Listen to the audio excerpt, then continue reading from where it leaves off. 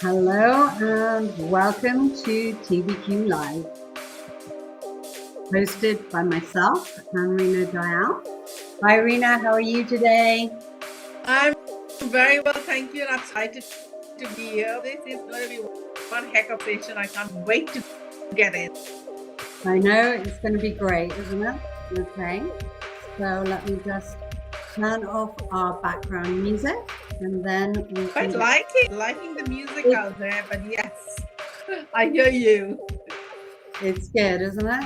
So I'm just going to move us, turn off the music, and then here we go.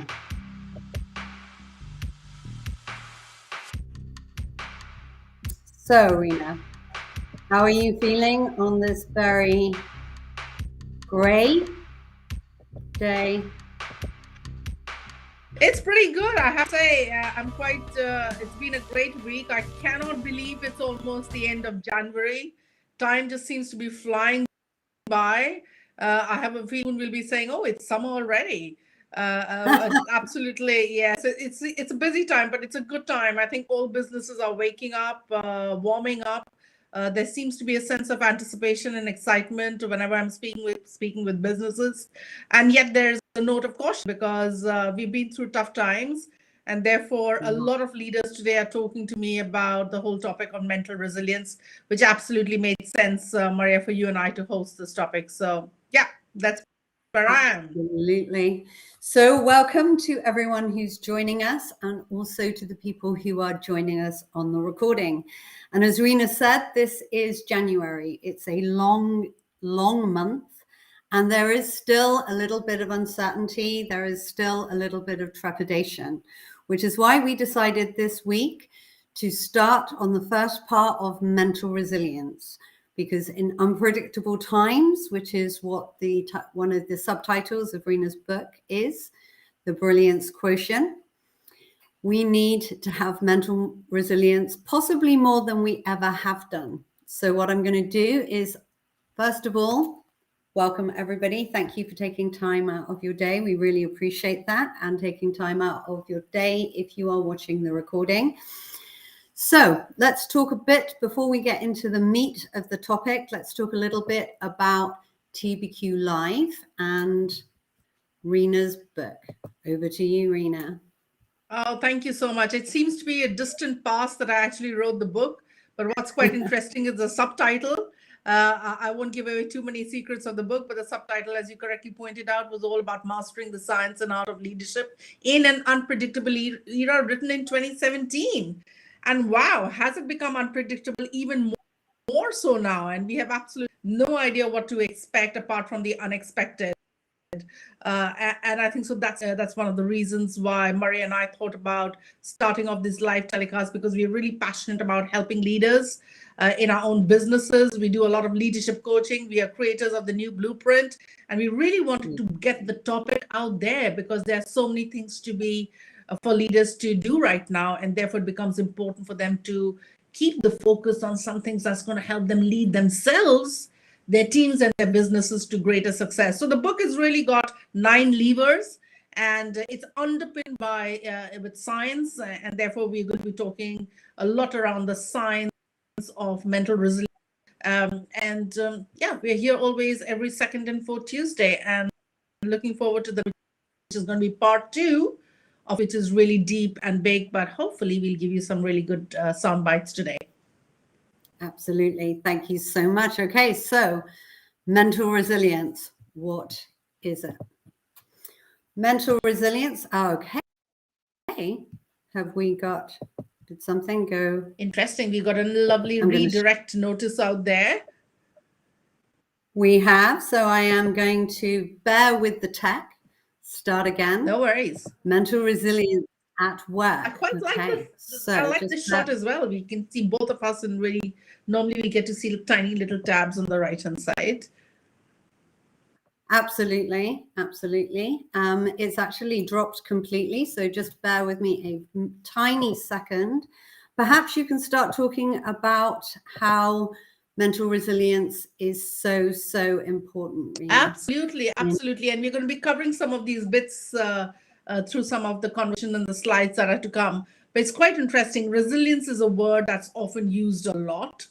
And some of the definitions that are going to pop up to you are going to talk about the ability that all of us have got to kind of bounce back when there are difficult times. It's something that a lot of people have experienced in the years, both because of personal as well as professional problems. But it's really trying to understand that it kind of creates a lot of problem for all of us, right? It creates stress. It could lead to health issues. It could lead to mental fatigue. It could lead to a lot of those reasons. And why it becomes important to talk about it, because the ability of being resilient is not just that initial state. And there we've got the slides up there. So I'm just going to quickly pick up a couple of them and then hand it over to you, Maria. For me, what's quite interesting is, so if you see that Cambridge definition talks about recovering quickly from difficulty, that why it's important to talk about it, because hardships and toughness have now become the norm, and an era which is unpredictable, it's there to stay, and therefore we need to do something to remain resilient. And there's something that you need to do, as well as you need to help your teams do, so that they're resilient, because when you're not, there are some serious side effects that we're going to be talking about. But also for me, the other interesting thing that I could pull out in that relation that's there is that mental reservoir of strength. Because when we talk about resilience, it's not that just that bounce back, which the Cambridge definition talks about. It's that reservoir of strength that you can really pull upon when there's continued stress triggers in your life, as in all our lives at this moment of time. So for me, those are two interesting things. Kickstart the conversation on resilience. Maria, back to you, and well done on being resilient with the tech. Hey, you have got to be agile in a tech world that is driven by all of these different platforms. And I think it's so important because it is about bounce back, but it's also about staying resilient. So that is what we're going to really look into in the next 2 sessions. So today, I love this quote by Nelson Mandela. Do not judge me by my success, judge me by how many times I fell down and got back up again. That really does encapsulate all of the things that mental resilience is about. And Alain de Botton, one of our contemporary philosophers, someone I thoroughly enjoy reading around, a good half of the art of living is resilience. And that is so, so true, especially at the moment. So what we're going to do now is we are going to look at the science. And we're going to look at the 2 brain systems that have a huge impact on resilience. And it is the interplay of these 2 brain systems. I call it the Limbic PFC Dance. So let's talk about the limbic system. It is our ancient, primal, early warning alarm system. It was actually seen in mammals 150 million years ago. It has been around a huge amount of time. And as you see on the slide, there's the amygdala. We have one on either side of our head, just above our ears. That is what is actually activated all of the time. We'll go more into the science in a minute. What's really important with the limbic system, the amygdala, which is your early warning alarm system, is sat on the hippocampus, which is where we make memory. So not only are we drawing from what's going on in the here and now, our responses and the systems that control our responses are also referencing back to our experience, our previous experience. Now, when it comes to the PFC, the prefrontal cortex, we're talking about the newest part of the brain. So we're talking about the most ancient part of the brain and the newest part of the brain. The prefrontal cortex, located behind our foreheads, that's where we do the executive functions. That's where we are aware of being aware. It's the seat of our consciousness. It's where we make reasoning and rational decisions. It's where our short-term memory lies. It's also known as our working memory. So these 2 systems interact. And in actual fact, the brain does this before it does anything else. And that's because it's the brain's overarching organizing principle. So what that means is, this is what the brain does first and foremost. Everything else is sublimated to that. So we talked about the amygdala. They are scanning for danger 15 times a second outside of our awareness. All they do constantly, perpetually, automatically is scan for any type of threat, and they cannot be switched off. Our brain perpetually does that. We don't even know that it's happening. That's how awesome our brains are. What's really important to note is if the brain's scanning for any type of threat, but it's looking for both physical threat. If someone is coming up and approaching me physically, I'm in danger, but it's also looking for psychological threat, because this part of the brain was developed when we were getting together in tribes. So how well I integrated in that social group, how valued I was, how liked I was also important. So a psychological threat equals the same danger of death. And I say that for a really good reason. The limbic system is not a discerning system. It's a system that works automatically. It's intuitive, it's effortless, it's fast. So the brain's scanning for danger, physical or psychological threat. If any threat is perceived, and that's a really important word, because what may be a threat to you, Rena, isn't necessarily a threat to me. I know people who jump out of planes. Personally, I could not do that. Other people enjoy that. So it's about our perceptions of threat as well, which is really important. But if any threat is perceived, all the energy is taken away from all unnecessary brain systems. Now, there are two main brain systems that happens from. The first one, interestingly, is the prefrontal cortex, because in real terms, I don't need to consciously be thinking if I'm under threat. So, for example, if I've got a meteor coming towards me, I don't need to think, 2 steps to the left, 3 steps north. I need to move and get out of the way of the threat. So therefore, the PFC, where we are able to think, where we are able to make great decisions, where we perceive choices, that all the energy has got taken away from that system. Like I said, it's intuitive, it's effortless, it's faster than I can say. I can't even say how quickly it can get alerted and activated, but it's also a bit prone to error. So for example, I was talking about experience. If I have an experience, say, for example, I was walking down a dark road one evening on my way home, and in actual fact, I felt a bit threatened, and maybe sadly or unfortunately, I was attacked. What will happen is the system that is our earlier warning alarm system will therefore put me on this alert. I call it the limbic alert every time I walk down a street. But every time I walk down a street in the dark doesn't mean to say I am going to be attacked. So it's around knowing that this system is quick, it's efficient, but it's not always as accurate as it possibly can be. And in the next part 2 of this series, we will be looking at how we can interplay with these things. As I'm going into this limbic alert, I have a chemical cascade of adrenaline and cortisol. People are very aware of this, but when I get filled with adrenaline, all of my muscles potentialize.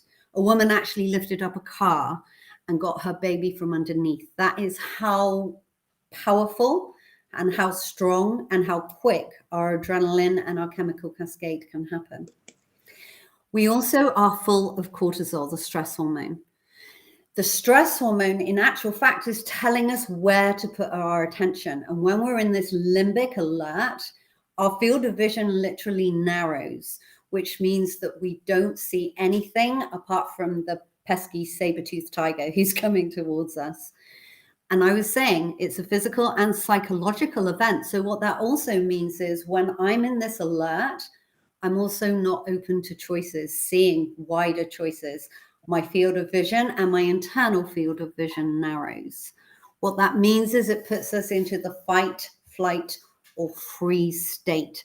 It's wonderful as neuroscience is becoming more widely perceived and understood. What we realize is when we get into this state, which is instantaneous, and I cannot stop that happening, I am ready to stand there and fight if that is a good survival mechanism. I am ready to run as quickly as my muscles can take me, if that's the great survival mechanism, or the freeze.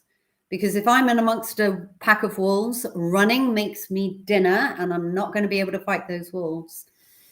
So just to sum up this part before we get on to the application in business, what's really important to realize is this is a spectrum. This alert is on a spectrum.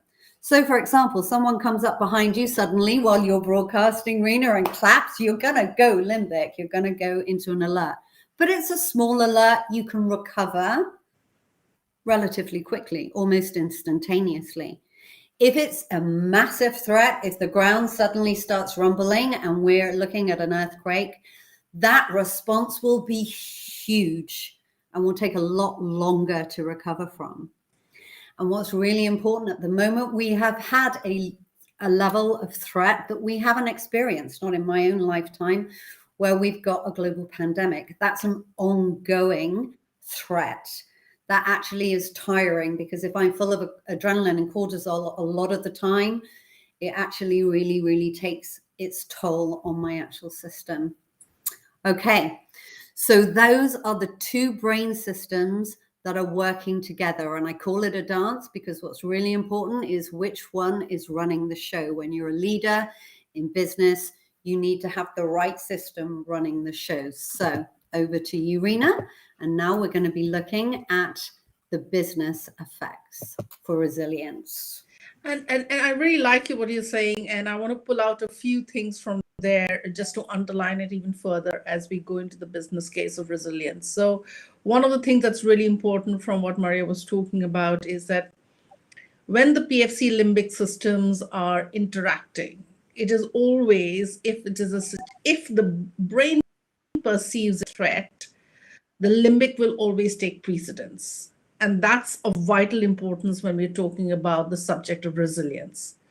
Because what's happening at this moment is that when we are experiencing all the chaos of life, we are constantly on limbic. But the amount of limbic reaction I might have would be different from Maria, would be different from you, right? So it's difference. And the ability, so if you go back to that definition, the ability for us to be able to manage the limbic response that we're having because of the chaos around us is what start defining our resilience. Because if you look at this particular slide at this moment of time, we were just trying to put together, different situations which makes us limbic. And the list was just never ending. And we just started grouping them together. There are probably about 30 out there. I'd invite you to kind of look through it if you're watching us live or as a recording, is to kind of see which of those have you really experienced or witnessed somebody experiencing. And chances are that you might pick up at least 50% of it that you might have experienced yourself at any moment of time or any phase in your life.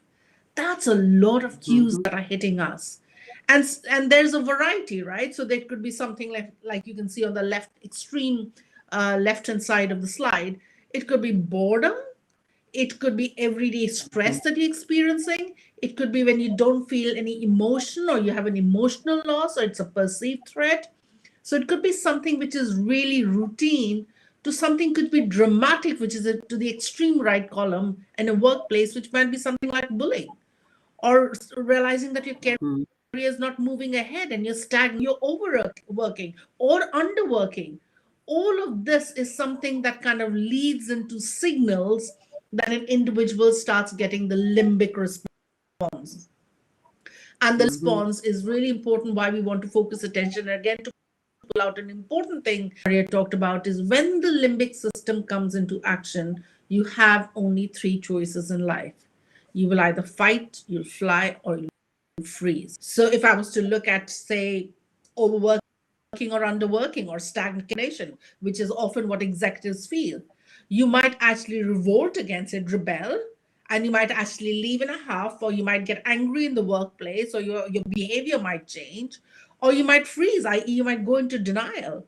You might kind of not kind of just carry on with life. You might say, I accept and compromise. That is a build-up that takes place. So we feel that we are compromising, so the immediate threat is sorted out. But because we haven't really addressed the issue, or kind of starts leading into us feeling not good about ourselves, all of those other feelings start coming in, that it comes back and it kind of starts damaging us mentally, emotionally, and physically. So therefore, what's quite important is for us to understand that the limbic system is always on alert. There are many cases that we're experiencing right now. If you look at that on the top left-hand corner, that's what business are experiencing right now. So we've talked about an eye level, but then think about at a business level, there could be business loss, i.e. revenues are dropping. The pandemic comes and puts a spanner in the works. Then you could be dropping customers. There might be takeover bids that are taking place. There's competition. There are legal cases that might be hitting you. All of this. So if you start thinking from an eye level, the business can also have a limbic response to, because of the leaders that are there. And therefore, it becomes important that what kind of a coaching and training and really upskilling are you doing for your leaders, because you don't want your business to get limbic, because then the business will again have three choices and might not have that rich kind of a creative thinking you require to come out of a pandemic, which we have seen some businesses do. But we do know that a lot of businesses have fallen over. That's precisely businesses are getting limbic. If you look at another example, and we'll go down deeper into understanding the science, and I'll tell you why we focus on the science. But if you look at the bottommost bunch of things that are there, this is from a line manager, team manager kind of a concept. If you're looking it from their lens, this is the kind of problems and challenges that they typically face. There's suddenly absenteeism, staff don't turn up. Oh, hello, we need to kind of get work done, but people have kind of gone ill. And again, during the pandemic, we experienced it, but we know that even pre-pandemic, absenteeism can be a challenge. Or there's a process breakdown, and therefore the supply chain is affected, your production is affected, customer service is affected, or there's budget cut down. We had the crisis, economic crisis, budgets kind of get cut down, and you've got to work within limited resources. So there's a resource scarcity, there's support scarcity. I think the point that we are trying to make in this slide is that there are far many cues for any of us to escape from having a limbic response. That's how the human species operates. We will all have a limbic response, but the ability to be able to overcome it is what resilience is all about, and the ability to be able to constantly create a mindset and a reactive status that can overcome these hurdles that keep coming you is what you call mental resilience. So that's something that we really kind of are focusing on, isn't it, Maria? And the other thing which I quite like, absolutely. Sorry, go for it. And then I have to make another point to your PFC limbic. Go for it, Maria. What you were saying about the business becoming limbic is just also so important, because collectively as people, we influence each other. So you start having people in your company who are complaining, who are themselves feeling under threat at the eye level. That is going to then filter up to the team level, which then filters up to the business as a whole. And it's really, really important for leaders, especially, but they're human beings too. They're going to have their limbic responses. And in another TBQ Live, we talked about neuroplasticity. How agile is your business to be able to cope? Mental resilience itself within these times is just so important. I just wanted to pull that point out, Reena. That's absolutely. And thank you for doing that, because that is sometimes something that we forget, is that it's just not it's the team that could be going limbic. It could be a particular department that's going limbic. It could be the business that's going limbic. And really, as Maria said, even to pull out even further a thread that she mentioned, is when we say a business is getting limbic, who is it? It's the people. So it's going back about helping the people. And why we are talking so much around the science is that our working with leaders, all the coaching that we do, we've come to an interesting realization over the last few years, which is why we focus a lot on the science, is when people understand what's happening in there, then they have the tools how to address it. Because some of these issues cannot be sorted out with a motivation talk or all right, let's go for another day. Because it's so constant, you need to understand and have skills to be able to operate and change at any point of time, which means that understanding the science gives you the tools how to change the way that you think or react to these various stimuli that's hitting us. And therefore, it becomes important to understand what's happening inside me. Ah, that's the science, right? So my limbic system has come into alert, right? So what's driving the limbic system? What's happening physically inside me? And that almost is like tools of the trade and becoming mentally resilient. So let's talk a little bit Absolutely. more around the science, and let's continue to talk a bit more about the science because we want to bring it really close to you. So we talked about the PFC limbic, and if we just go on to that next slide, and we'll talk a bit around another layering to it. So you saw these two words, adrenal and cortisol, that Maria talked about. And what's the chemistry? So let's talk about the chemistry. So you've talked about the PFC limbic kind of going live. So let's talk about the limbic and the PFC and what kind of energy that gets released within us, or the chemicals inside us. And what do I mean by the word energy, any which way? So as human beings, you and I need energy to do anything. It's a given, right? We need energy to wake up in the morning. We need an energy to address those challenges in the previous slide. We need energy to make a cup of tea. We need an energy to think. So constantly we are thinking at any point of time. And energy for a moment is on a spectrum. One part, it isn't on a spectrum, but bear with me. On one side of the thing, we want you to think about it as catabolic energy. And catabolic energy is when adrenal and cortisol is getting released in your body, i.e., the limbic system is coming into effect. And remember, we talked about you having only three choice: flight, and freeze. And if you go through the list of things that are there, which is what you feel, that's when you're being limbic, angry, frustrated, you're complaining and blaming, you're criticizing people, you're judging, you're blocking, you're indecisive, you're being a victim, you're acting like a victim, you're fearful. Can you see the pattern? Fight, flight, and freeze. So, and it's not saying that you can't feel that. All of us can be feeling this at any point of time. But let's understand even further the chemistry behind it. We want to quickly spotlight and throw light on what's the chemistry that's happening inside it. So your amygdala is getting alerted. We kind of talked about that kind of right at the beginning. And when that's getting when that gets alerted, you have adrenal that gets released into your body, which Maria was talking about. And an adrenal rush is quite interesting because it comes in not just a threat, but also at an excitement. So, when you kind of see somebody that you like, or you're really excited, you're going to go and receive an award, there's a flutter that takes place. So it's almost an excitement and a threat kind of a release that takes place, because what your body is needing is instant energy. It's like, oh, do something, which is a threat or an excitement. And what's really happening is that this production of adrenal is actually taking place in the adrenal glands, which sits above your kidneys, which is why you can see that image out there.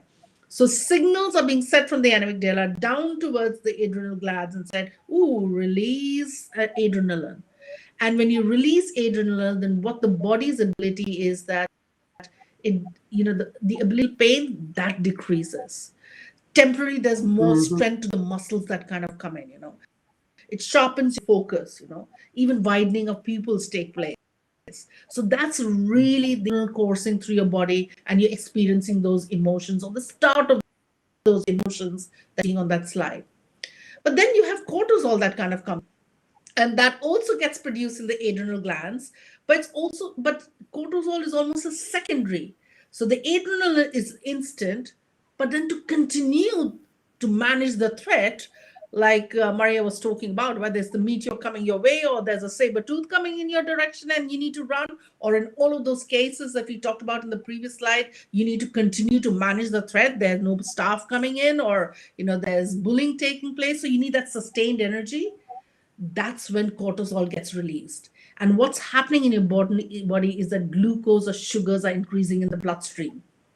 And what happens is when that happens, the ability for the body to repair the tissues of your body increases, because you might be having to do fight, flight, freeze, so you need that additional energy. Cortisol is coursing through your body. Now, why is it that we are saying that this is perhaps the best reaction at any point of time? If you have experienced all of those emotions, it doesn't feel good. It might give you reason. I got angry and burst of anger, but it doesn't feel good. What do we mean by it doesn't feel good? Because when adrenal and cortisol is coursing through your body, even a step before that, what's happening is because it's so it's a kind of destructive mechanism because the body is breaking cells to release these various chemicals that you require at that point of time. So at a very, very base level, it's a destructive mechanism. So when there's too much of adrenal and cortisol running through the body, it starts leading to problem, i.e. if you're too angry or acting like a victim or being indecisive, you start getting stressed.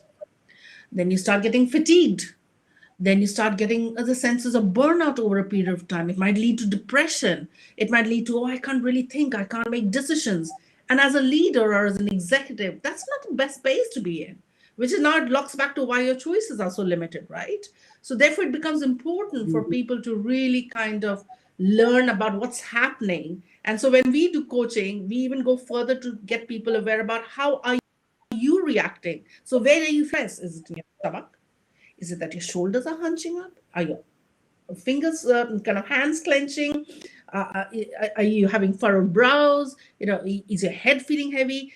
Is to have awareness to that degree is really important, because when you have awareness, what you're doing is you're giving yourself a chance to pause, and we'll teach you some great techniques on how you can pause, because what you need to do is to be able to shift that energy, because too much of adrenaline and cortisol is bad for you. Good for a few seconds, and absolutely for all human beings, but not good in the long run, because you want to have more choices to get out of all those problem situations that we are in. I'm just going to pause here for a second in case you want to add on to some comments on the catabolic energy for us, Maria, and then we'll go on to the other side of the spectrum, which is anabolic energy, which perhaps gives us to mental resilience.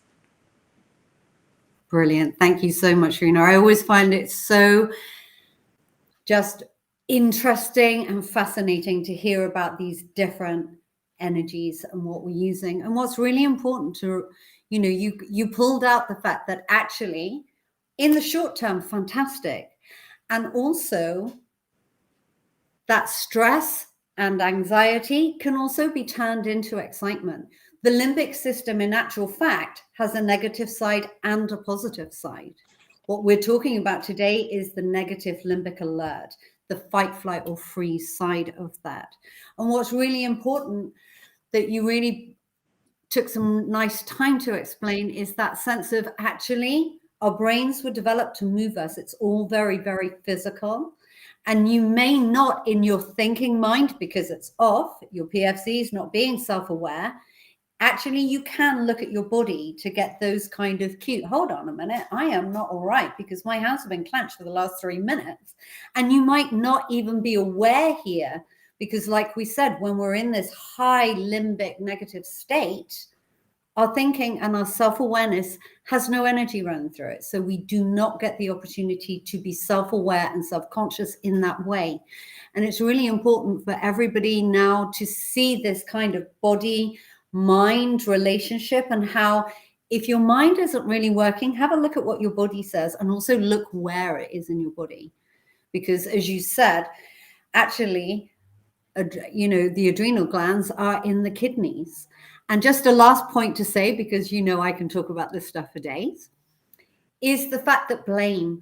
Yeah, we tend to blame. And the reason we blame is it's actually a relief for the body, because it feels like we've solved something. Oh, okay. Well, it's their fault. Oh, okay. And it eases some of this adrenaline and cortisol rush and gives us just a tiny amount of dopamine. But it's not good dopamine. If you can say good and bad chemicals, they're just chemicals. However, blaming is, like Rena said about catabolic energy, it's a negative energy. We're using and depleting ourselves. How many people use their adrenaline and then afterwards they really have to recover? So those are the points I wanted to bring out in what you were saying about this. Should we go on to what would be a better use of our energy, Rena? Absolutely. And even as you said, and just to kind of remind ourselves, using the word better is just to make you aware that another kind of energy gives you more choices. At times we do need to have a catabolic reaction, and it will be natural to have that, and you can't run away from it. It's because it limits your choices. We are saying in a world that you're constantly having limbic kind of triggers, it's a good idea to be aware of the other kind of energy that you experience, that all of us do experience, but to dial that up is called anabolic energy. That's again coming up on the next slide for you. Now, here's interesting. We just pulled out three main chemicals that runs through your body when you're experiencing anabolic energy. There are many more, but let's talk about these three things and what they do to you. So you can immediately see in the diagram that the pathways are different. So it's moved out from the adrenal.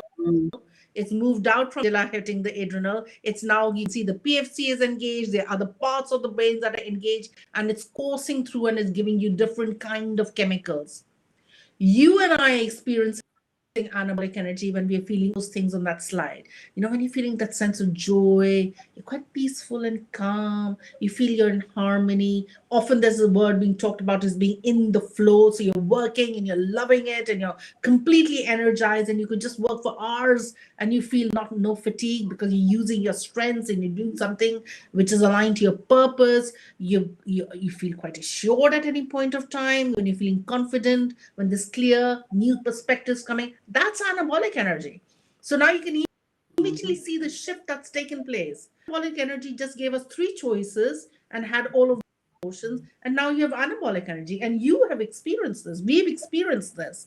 We all experience anabolic energy, but because at a time of stress, the catabolic kind of dials out, you don't get to feel all right, and that's quite simple, that you don't get to experience it.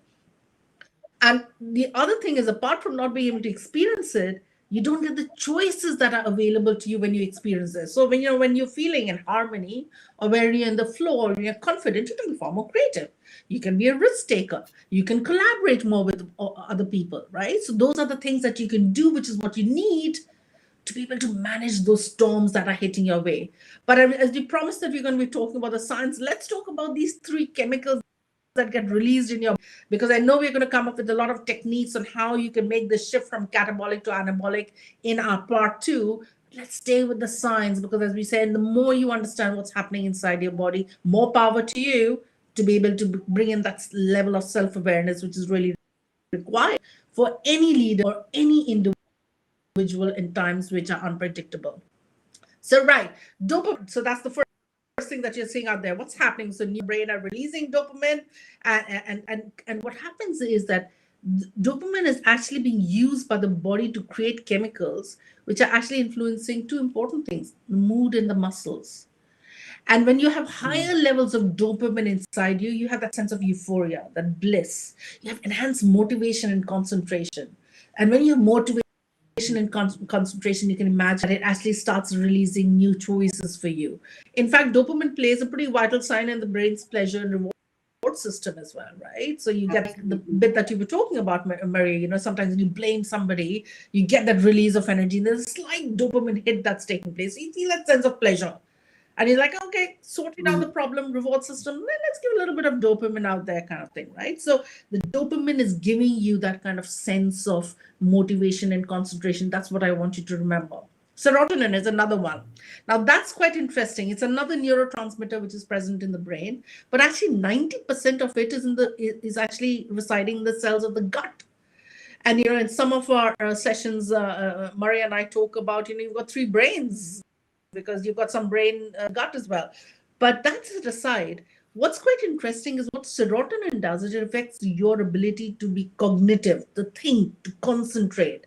It also manages of things like, you know, your hormonal activity, your body temperature, the blood clotting, metabolic appetite, cycle, mood, emotions. So it starts affecting all of those things. It regulates something known as sleep-wake cycle, which is why sometimes when you're sleep deprived, you can't think too much. But when you sleep well, you suddenly are far more effective. You find that you can concentrate better. You can think better. That's because you've got the right level of serotonin up inside. Oxytocin. I think, I don't know whether this is scientific or not, and you can tell this to me now, Maria, but oxytocin is often called the love hormone. That's what it's really called. And in fact, some science has shown that females have higher levels of it because obviously they're involved in childbirth, and the feelings and emotions that are attached to when oxytocin is flooding your body is trust, is empathy, it reduces fear and anxiety inside the body. and you want to collaborate with other people because you trust people, you understand people more. So we often, when you're doing training, you talk about, can you bring in more dopamine and oxytocin into your business, because then people will collaborate more. They'll be far more concentrated. Their cognition thinking will become far more, right? So forget about the business level. Right now, at an individual level, the minute you have these chemicals going through your body, you recognize and realize that you're being able to do things and have choices far more than at a catabolic angle. So really want you to become aware about oxytocin, serotonin, dopamine, or rather the whole anabolic. And again, to be getting that physical awareness. What do I do when I'm feeling joyful? What do I want to do when I'm in the flow? Where do I feel it? Do I feel like a sense of, do I feel light? Do I feel more mobile? Do I feel that I can think much more? Really get down to that level of awareness is our suggestion, because then you're connecting to your body and the science behind it, and that is going to give you more power to become much more mentally resilient, or physically resilient, or emotionally resilient for that matter. But that's a whole different subject about the different kinds of resilience. Let me pause there for a second and bring Maria in to comment on anabolic, and then we'll kind of start wrapping up for today. Yeah, absolutely. It's so good to know the difference of the spectrum. What it brings and what it takes away is very much what I think about catabolic and anabolic energy. If I'm going to be in my catabolic system, it's going to be taking away my health on a very deep cellular level, just physically. If I'm in an anabolic state, it's going to be building and growing my body. So mental resilience is also about great physical health. And I love the oxytocin analogy. It's called the love hormone because in actual fact, it's what connects us. It's what gives us that ability to feel deeply connected with people. It's what actually they inject into pregnant women to start the birthing process. All of these chemicals are outrageously powerful. This chemistry, more than anything, is what makes the difference between whether we get to respond in one way or whether we get to respond in the other way. Okay, we could go on, but let's hit the last slide, Rena, Absolutely. so that we don't run over time. Will do. Absolutely. And in fact, just on that oxytocin thing, the point that what was coming up in my mind is, in the middle there was this whole thing about people giving free hugs to individuals on the street. Is actually when you hug an individual, and this is research, oxytocin levels grows up in your body. It literally bumps up. So it is all about connection at any point of time. Hey, as Maria said, we can carry on, and not going to go through the slide. We just want to give this as a teaser because this is what we're going to be talking about next time. So what we've really understood is what's happening in our brain, in our body, at a time when we are hit by stress triggers, and triggers are all over the place. And so therefore you're having a catabolic reaction. That's normal. That's being a human being. However, really the whole point is to minimize it and maximize your anabolic performance, because that's when you get choices. That's when you start becoming resilient. That's when you know how to take your business out of a loss. That's when you know what to do when you have a job loss, or that's when you know when you don't get a promotion, or that's what that's what you pull upon, or that reservoir of energy that you need to be able to do things that you want to do in life, to be able to not the stress triggers, but to a life which is fulfilled, a life which is purpose driven, a life whereby you can really unleash your potential and be the best version of you. All of those things that we aspire for is really requiring a lot of resilience. And so hopefully today we've been able to talk about the science behind what's happening in your body. Next time we're going to be going through all of those pointers out there in far more detail, which is going to help you and give you cues on how you could minimize catabolic energy and maximize anabolic performance. But that's for part 2, Maria, I would think.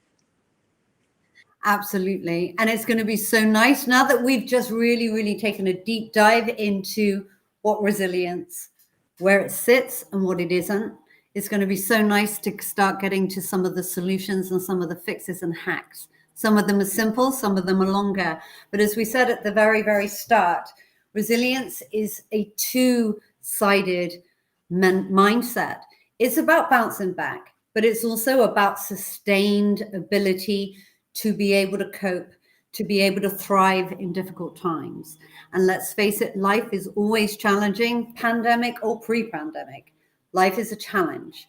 It's what we see and how we see it that makes a difference between whether we're in survival mode or whether we're thriving. Okay. So our next part 2, as we said, first and second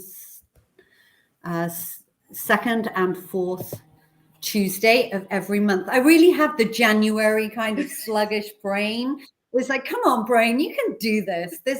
These days that are less light definitely has a real effect on our cognitive processing. I've thoroughly enjoyed talking to you, Rena. It's just been always interesting, exciting. Join us on the 8th of February, where we'll start looking at the hacks and telling you, okay, we've talked about it, resilience. So how do we get it? I've really enjoyed being here. Thank you so much, Rena. Thank you, everyone, for joining us. And thank you for watching the replay. Okay, over to you to say bye. Thank you so much, Maria. Absolutely enjoyed it. We've covered the science. We're going to go into the art of how you can be mentally resilient and physically and emotionally. We'll get into those details. In the meantime, take care, stay safe. This is TBQ Live signing off. Thank you for being with us. Bye for now. Thank you. Bye.